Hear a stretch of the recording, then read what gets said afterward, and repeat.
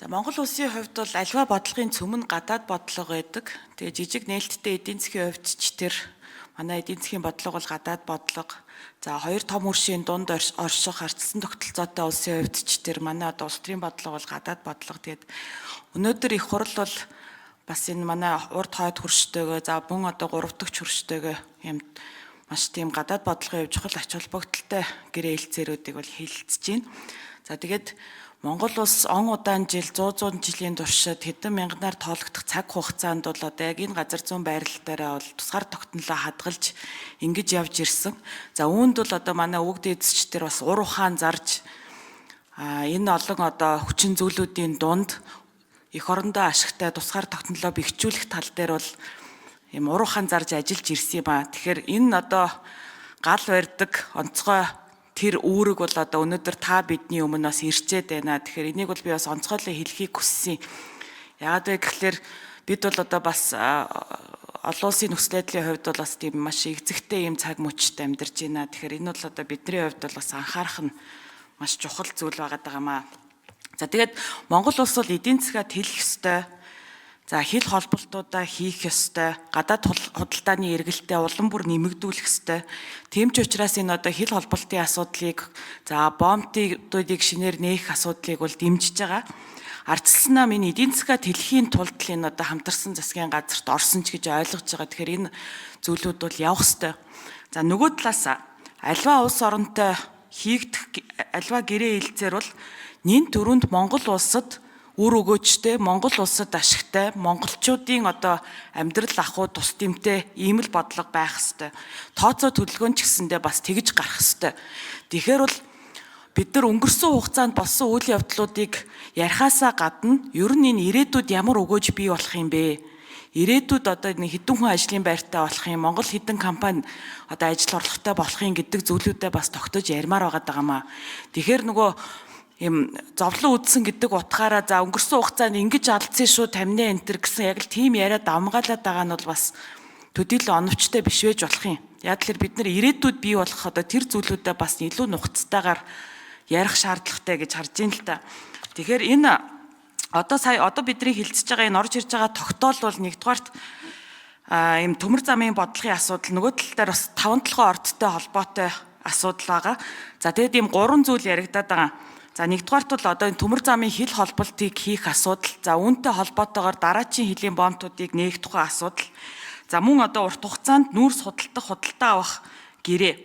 За 16 жилийн хугацаанд бол бид нар урт хугацааны гэрээ байгуулна гэж байгаа. За үүнтэй холбоотойгоор 27 сая тонныг эхний 4 жилдээ за эх 12 жилд нь болохоор жил бүр 20 сая тонн гэд нийтдээ 267 сая тонн нүүрсний одоо урт хугацааны гэрээний тухай яригдчихээн.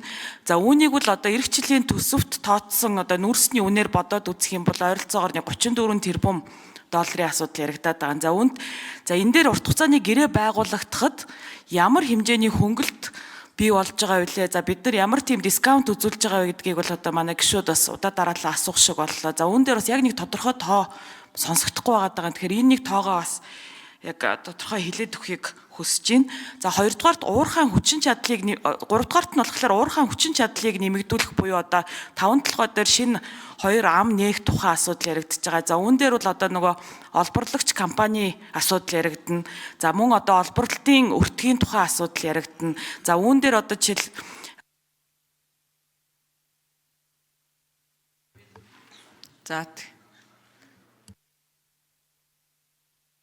За 1 минут жаргалан гişүн.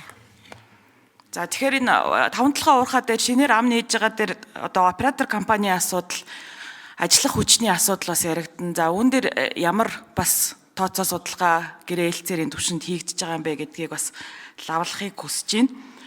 За ямар ч байсан гэсэн бид нар энэ зүйлүүдэд бол хийгээд явах нь бол зөв гэж харж байгаа. Гэхдээ нөгөө талаас энэ тооцоо судалгаанууд дээрээ за яг саяны хэлдгээр энэ үндэсний эдийн засагт үндэсний аж ахуй нэгжүүд дээр монголчуудын амьдрал аж ахуйд нь ямар нөлөө үзүүлэх юм бэ гэдэг дээр яг тодорхой тоонуудыг бас одоо манай сайд нар бас хэлмээр байна. Баярлалаа. За Туван сайд хариулах уу те? Ямар хөнгөлөлт чөлөөлт үзүүлж байгаа дотоодын бизнесүүдэд ямар өгөөжтэй байгаа вэ гэдэг талаар. Туван сайдын микрофоны өгье. За жаргалан гишүүн асуултанд хариулъя.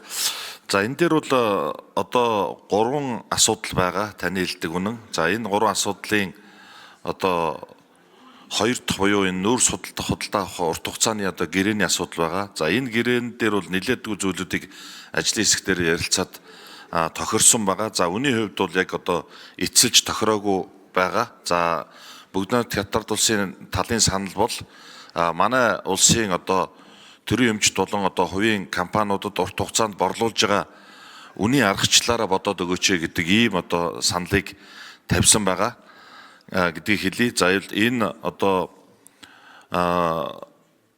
Эрдэнэс тавталгын компани борлуулж байгаа 4 одоо компани үн байгаа. Тэгэд энэ үннээс одоо дордуулахгүй нөхцлөөр өгөөч гэдэг зүйл байгаа. Тэгэхээр үнийн хувьд бол эцэлэг байгаа гэж ойлгож болно. За энэ 3 асуудлын 3 дугаарт нь бол энэ уурхай хүчин чадлыг нэмэгдүүлэх гэдэг асуудал байгаа. За би түрүү хэлсэн энэ дээр яг өнөөдрийн хүчин чадал бол Эрдэнэс тавталгын маань 30 сая тонныг одоо олборлж борлуулж байгаа. За тэгээд дахиад одоо 20 сая тонн гэдэг 30 оноос хойш 20 сая тонноор нэмэгдүүлэх юм бол бид нар шинэ одоо ам нээжэж тэндээсээ олборлолт хийж явуулах ийм одоо шаардлага үүсээд байгаа. Тэгэхээр энэ уурхай хүчин чадал нэмэгдүүлэх асуудал дээр бол нээлттэй тендер зарлж иж энэ дээр оператор компани нь бол сонгон шалгаруулалтын зарчмаар шийдэгдэнэ гэдгийг хэлье. За тэгээд мэдээж энэ бол одоо зөвхөн бид нар засгийн газар хоорондын хилцээрийг байгуулах чиглэлийг улсын их хурлаас авж байгаа юм их хурлын тогтоолын төсөл. За тэгээ үүнийг баталсны дараагаар хоёр улсын засгийн газар хилцээр дээрээ суuna.